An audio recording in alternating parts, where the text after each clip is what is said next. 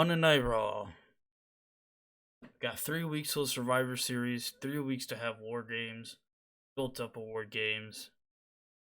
With all the stuff the Judgment Day's been going on with Cody, Jay, Sammy, and recently Seth Rollins. Seth Rollins not so much. Because this whole thing, the Judgment Day, has really just been like a back corner type thing. It's mainly been Judgment Day and Drew, and then Drew just so happens to be wrestling Seth Rollins for the title at Crown Jewel, so that kind of ties in Seth Rollins into all of this.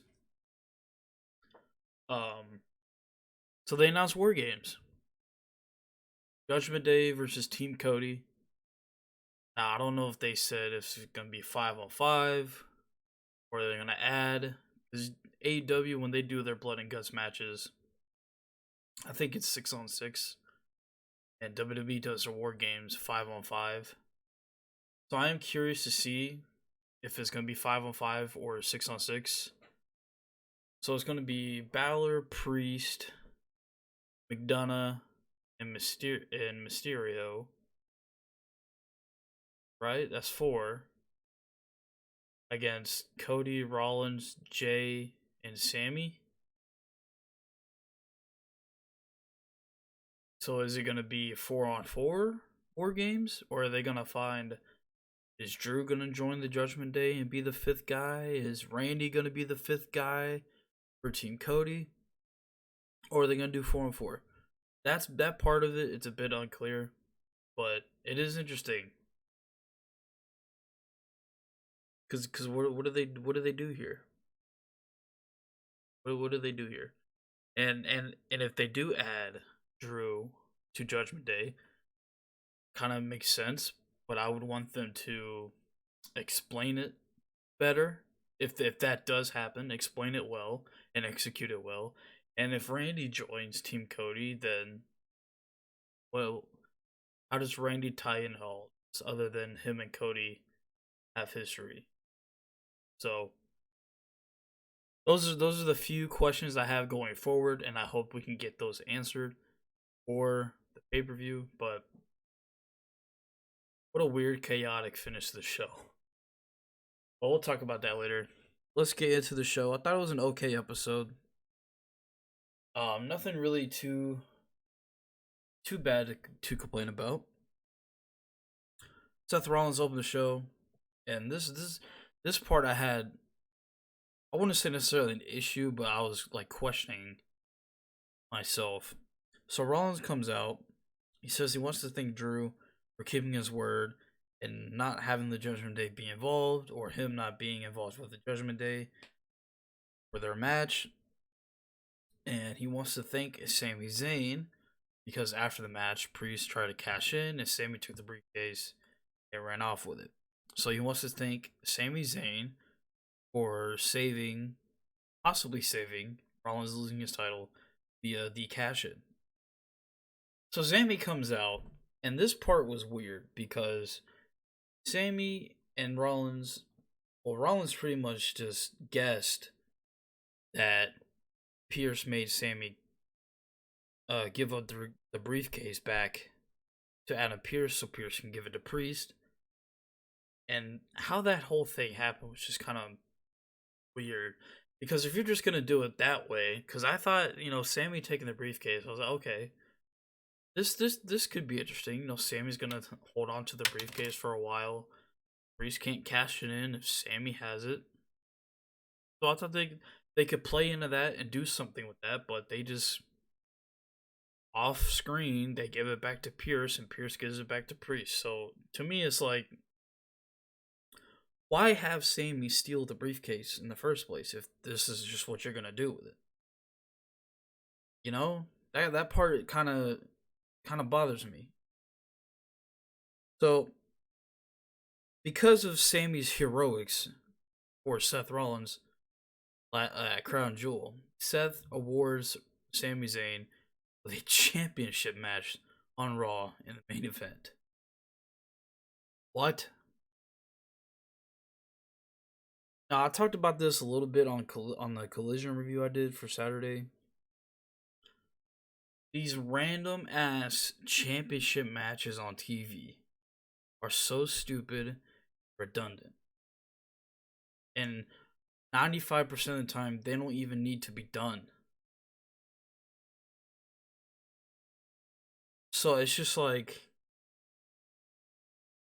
Sammy gets a championship match for saving Rollins from getting cashed in on by Damian Priest. So the whole point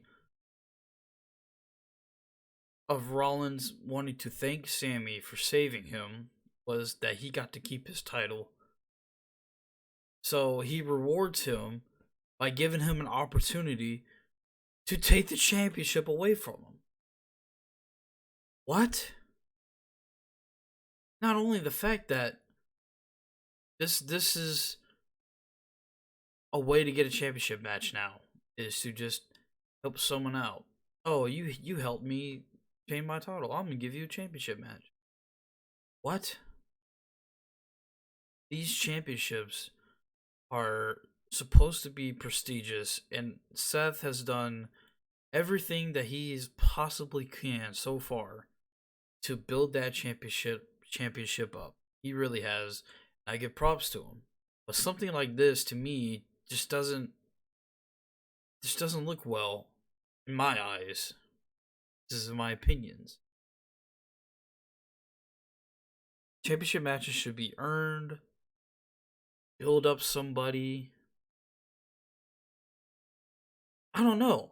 Something just doesn't sit right with me about, oh, hey, you saved me from losing my title, so I'm going to give you an opportunity to take the title from me that you helped me save. What? Not only that, but they're both baby faces. You can have babyface stuff, heel stuff, but in this instance, to me, it just doesn't make any sense. Why would Seth do this? Sami Zayn and Seth Rollins, if you want to go this route, Sami is already being involved with the whole Judgment Day stuff for I don't even know how long now. And Seth just now got into the Judgment Day stuff. So now they're going into the direction of Sami Zayn and Seth Rollins for tonight's main event for a championship match. This is the WWE World Heavyweight Championship championship, and you're giving away a championship match because he helped you keep it. What? This isn't just a WWE thing. This is across all promotions. I just this is a pet peeve of mine when it comes to wrestling in general. Is giving people championship matches for no real good valid opportunity or opportunistic reason whatsoever. So Sammy says he doesn't want to accept it because Seth isn't 100%, because Sammy wants to win the title. I guess somebody who's 100%, and Seth says nobody's ever 100%, but we work our asses off to give 100%. So Sammy accepts the match for tonight in the main event of Raw. Again, I just thought it was weird. Championship match given for whatever fucking reason against a babyface who's involved with other things. I don't understand. I don't get it. It's like they just like, okay, well, we need a good main event tonight, so just have Rollins and Zayn with the championship. Like, I don't know, man. I don't know. I just thought it was stupid. Judgment Day are backstage, and they're upset that Sami Zayn gets handed a championship opportunity. This is valid. The heels are talking and making sense here. Why is this a thing? Heels. Why are the heel group stating factual statements, and spitting truth? They're upset and mad because Sami Zayn just got handed a championship opportunity for basically no reason whatsoever other than to just give him one.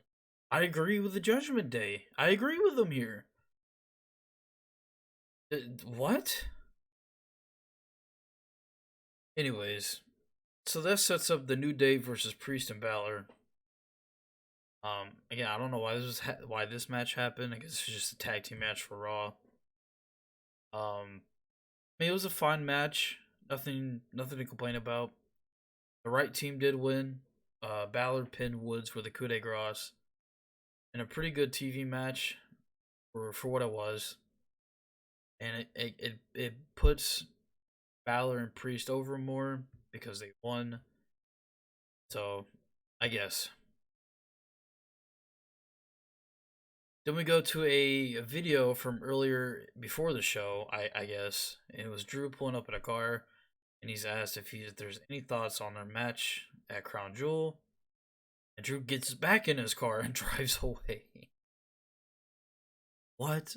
Why would bro park there, get out of his car, and then just ignores the question, goes back in his car, and drives away? What? And we never saw him again. So I guess he just was like, "Fuck it, I'm just gonna drive to next week's Raw." I don't know. Next, we had Nakamura versus Akira Tozawa. Now this was built up last week because Nakamura cut a pretty incredible, intense promo, and it made it seem like it was building up for somebody to challenge him, somebody important. It felt important. And it made a lot of people think, "Oh snap! Somebody important is gonna challenge him to a match." And then they revealed it on Twitter that it was gonna be Akira Tozawa. What? What? Akira Tozawa. They did that whole video package for Nakamura. It felt important, and it was really good. All for it to be revealed on Twitter that it's gonna be Akira Tozawa. What? So that leads to this match, Nakamura and Tozawa. Hey man, at least they're following up on things here, unlike some other wrestling shows. So Nakamura wins in a quick match. There was literally no reason whatsoever for Tozawa to win. I don't even know why this happened. That thing last week with Nakamura, this could have been completely somebody else. But I guess. After the match, Nakamura and Otis have a little stare down in the ring. Otis starts gyrating and Nakamura leaves. So you get Nakamura versus Otis next week. Hey, some more follow up. So I guess Nakamura is feuding with the Alpha Academy because he's beaten Tozawa, and now he's wrestling Otis next week. And to be fair, I think that match could be good. So we'll have to see and see what comes after. What's next after the Otis and Nakamura? See what else got going on. Then we get Adam Pearce backstage. He puts over Gunther's Intercontinental Championship reign, and he breaks down the 4 opponents in the number 1 contenders Intercontinental Championship Fatal 4-Way via video packages. He talks about each guy: Ivar, Ricochet, Bronson Reed, and The Miz. And I'm gonna be honest, I like this. They should do stuff like this more often. Just have Adam Pearce put over people and mixed with a montage video package in situations like this for like a number 1 contenders match or like a championship match and stuff like that. I like this. They should do this more. So that leads to The Miz versus Ricochet versus Ivar versus Bronson Weed. I'm really high right now. Bronson Reed in a fatal 4-way match. The winner faces Gunther for the Intercontinental Championship. I don't know, everybody's going to want to talk about that spot, right? Holy shit. So Ricochet is like on the top rope, just laying across the rope, and he gets fucking flung in the air, and he head scissors Ivar, into Bronson Reed. Or wait, The Miz or something like that. I can't remember. Well, bro, what? Talk about an insane spot. It reminds me of that time where AJ kicked like Ricochet was like in the same position and he kicked the rope and Ricochet went flying, he caught him, hit him with a Styles Clash. But this time Ricochet hit a Hurricane Rana. That shit was fire. That man Ricochet be doing so much more. Anyways, I thought this was one of the better Fatal 4-Way matches as far as WWE goes in quite a long time. I really did. But the finish was very weird and stupid. So they go for a double pin spot where Miz rolls up Bronson Reed and Ivar has Ricochet pinned, and the ref gets in the middle of the two counts, and he's shaking his head, looking at both pins, and he counts one. Then he pauses and he looks at both shoulders again. Then he hits two. Then he pauses and looks at both pins, and Ricochet gets his arm up, and so the ref counts three, and Miz pins Bronson Reed. What? What a stupid finish. It made the ref look stupid. It made Ricochet look stupid. It made Bronson Reed look stupid because he had to stay in that roll up by the Miz for like the longest time ever. And it just looked very awkward. And the referee just looked like a complete fucking idiot. Now I don't know wrestling rules like that, but I'm pretty sure because I have never seen this before. I've never seen a referee stop or take a pause in the middle of accounts to look at double pins. Aren't you supposed to just count 1, 2, 3? And if it's a double pin, it's a double pin. Not 1, pause, look at each pin. 2, pause, look at each pin. And then, I don't know. I just thought that was weird, stupid. And again, I can appreciate the effort they did with Adam Pearce putting over each guy in a video package and explaining their accolades and stuff like that, but this match didn't need to happen because they set up Miz versus Gunther last week on Miz TV.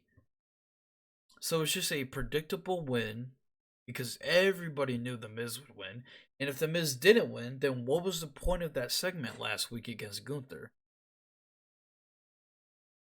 How about you do the Fatal 4-Way first, then do the Miz TV segment with Gunther? That way, nothing's backwards. And then they do this finish. I don't know. Miz did do a lot of stuff that he normally doesn't do in wrestling matches in this match. So I'm very curious to see what the Miz and Gunther could do, or what can Gunther do, or what Gunther can get out of the Miz in a match against him. So that I am looking forward to. And I think it'll be good.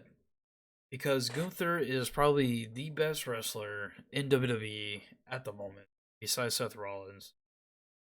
And The Miz, hey man, The Miz does...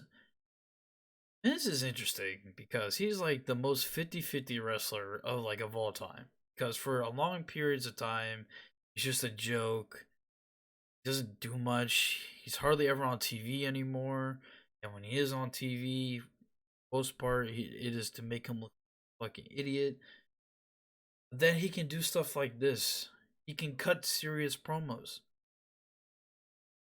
He can wrestle when he wants to.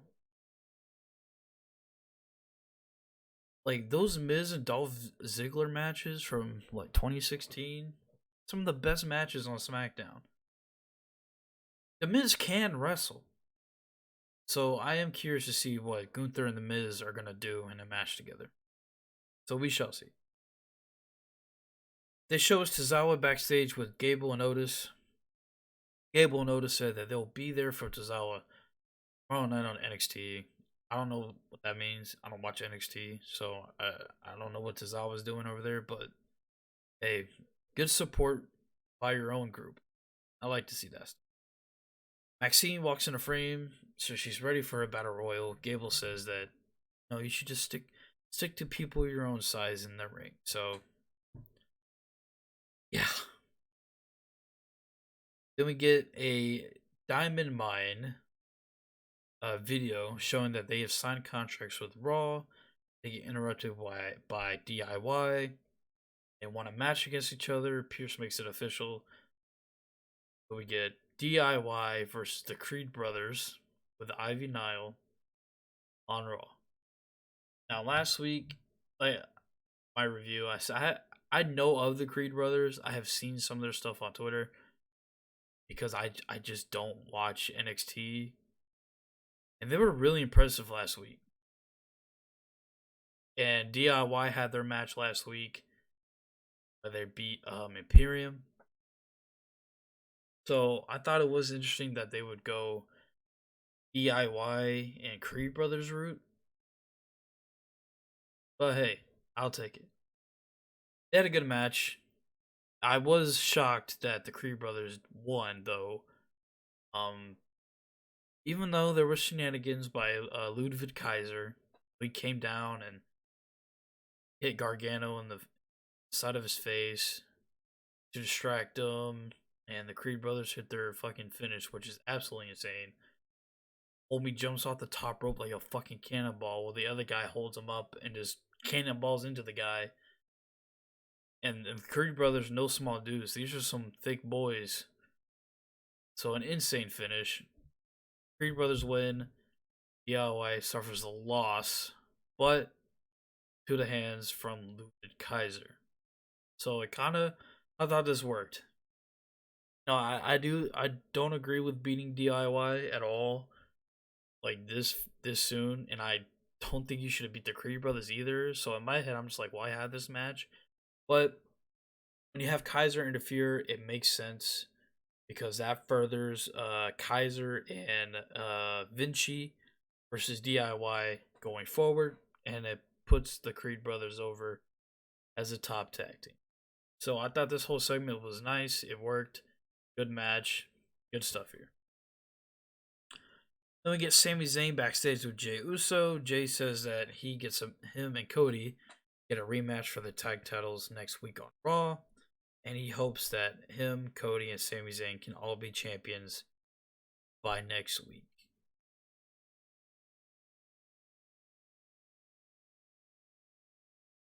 Now, one of my other pet peeves in wrestling, besides giving people championship matches just to give them championship matches, makeshift tag team. Cody and Jey Uso won the tag titles at Fastlane and then dropped the titles the following night. So I guess they are entitled to a rematch clause because they are the former champions. So I guess in this case it doesn't make sense for them to get a rematch clause, but I don't know, man. All I know is I hope Jay and Cody do not win those tag titles next week. For the love of God. Then we get Becky Lynch backstage. She gets interrupted by Nia Jax. And Jax says she's going to win the Battle Royal.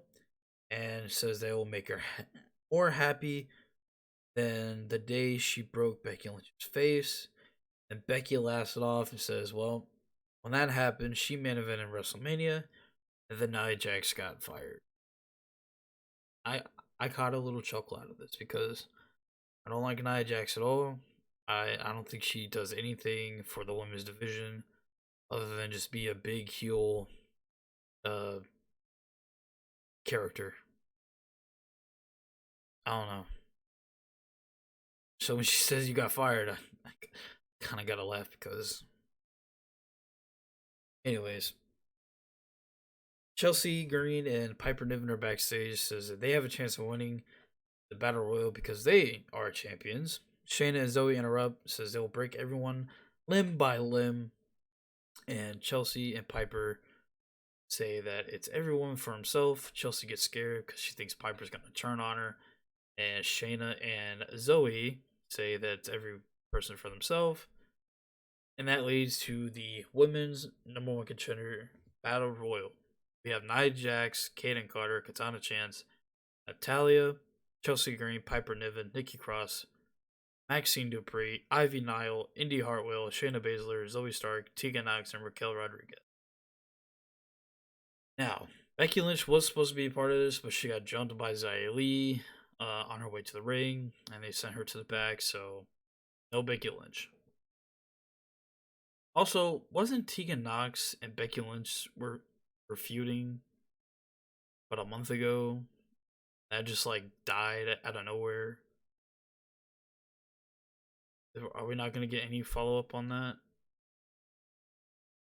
And I know Xia and Becky have been going at it for like 3 weeks now, so